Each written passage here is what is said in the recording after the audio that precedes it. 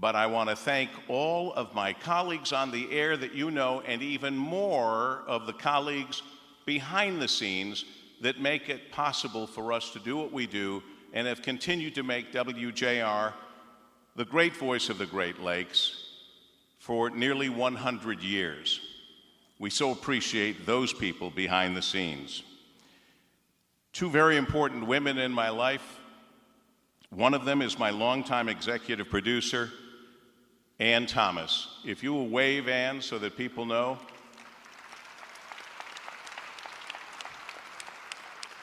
She is the doorkeeper, if you will.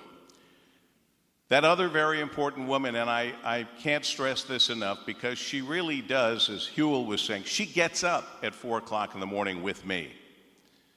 When we didn't have an attached garage, she would go out and clear the snow off my car and put the coffee in the coffee holder in my car so that when I came dashing out, because I'm not known to get up extra early, and I kind of am on a tight schedule to make it on the air. I love it when I go on at about 5:37 and people say, what time do you get there? 4? No, I get there about 5:37. Why would I want to be early? So that person who has helped me in my life in ways I've never been helped is my wife, who I share this award with, along with all of my WJR family, Kim Smith. I love you. I thank Pete Waldmeyer for getting me involved so many years ago and learning what it meant, no kitty, without a Christmas. I sat next to the winner of this award every year that I emceed, and yes, last year I sat over here where Huell is when you, Mr. Mayor, got the award. And I don't believe I said quite that way that my audience and turnout is bigger than yours was. It happens to be true, but I mean, they had just told me, so I was thrilled. Anything that helps us make more money for the kids and more no kitty without a Christmas is a good thing, and I know you will agree with that. So thank you, Huell, for handling those duties. Thank you, Archbishop Vigneron.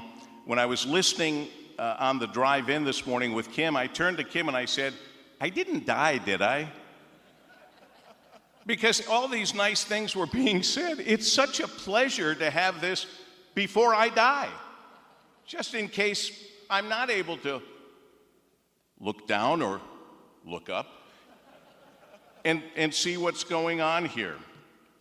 I so appreciate all of the people in my life, including my mother and late father, William D. Sweet Marie is listening in Monroe. Can you give her a round of applause? 93.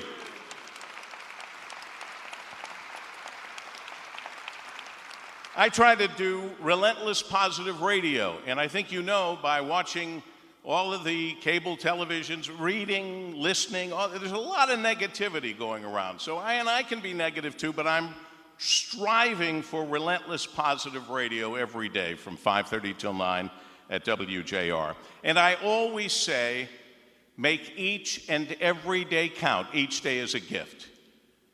And I'm amazed, and Huell probably knows this from saying things on the air, that we never know what's going to strike people in a certain way and mean something to them, but amazing how many people have come up to me and said, hey, thanks for saying that. And I go, I'm sorry, saying what? Make each and every day count. Each day is a gift. You say that, I think about it, and I work hard to do that. I have to remind myself that each day is a gift. I'd like you to take away one life lesson. I've had so many, having the privilege and pleasure of introducing and interviewing so many different people over the years, thousands of people in the over 50 years I've been doing this, including interviewing every sitting president since Gerald Ford. It's been an honor, it's been a privilege. This Monroe kid getting to go to the White House, getting to go around the world in broadcasting, it's been really something. But there are life lessons that we can all learn if we just keep our minds open to them. And here's one that I hope that you will understand and learn. I've worked a lot of places in these 50 plus years. One of the places I worked doing sales and on-air work was in Toledo, Ohio. And I used to drive up to the parking lot there, and I'd pass a kid. He was either in 8th grade, maybe 9th grade, and he was mowing the lawn. And I generally like people. I don't say, hey, don't hit my car with your stuff from the lawnmower. I said, hey, what's your name? Lou. Hi, Lou. I'm Paul. Hello, Mr. Smith. He knew who I was. And I said, you're doing a great job mowing this lawn. Well, thank you, Mr. Smith. But you do not want to do this the rest of your life. Are you working hard in school? Well, yes, Mr. Smith, I'm working hard in school. Excellent. Because you don't want to do this all your life. This went on for about 2 seasons of lawn mowings. When I would come in, there's Louis mowing the lawn and me saying, hey, the lawn looks good, Lou. Did you do your homework last night? But you don't want to do this all your life. I think there's more for you. Yes, sir, Mr. Smith. That kid finally stopped mowing the lawns, finally went through high school, finished it, and then went to Stanford for his college education. And then got his Harvard MBA, the kid who mowed the lawn at the radio station I worked at in Toledo. And one day, not too many years ago, Kim are driving down the street. I see a phone call coming in. I note that it's the Atlanta area code. And I go, who do we know in Atlanta? And she said, I don't know, just answer it. Because I always answer the phone, you never know. I answer the phone, and the guy says, Mr. Smith. I said, yes. It's Lou Dickey. And I go, Lou, oh, the kid who mowed the lawn. I said, hi, Lou. My goodness, how are you? He said, great, Mr. Smith. We're going to be working together again. I just bought WJR.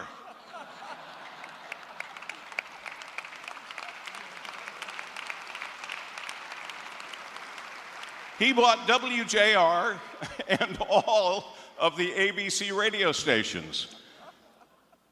And so I said, I thought pretty quickly, Louis, I've got the lawnmower all gassed up, and I'm ready to cut the lawn around the Fisher Building.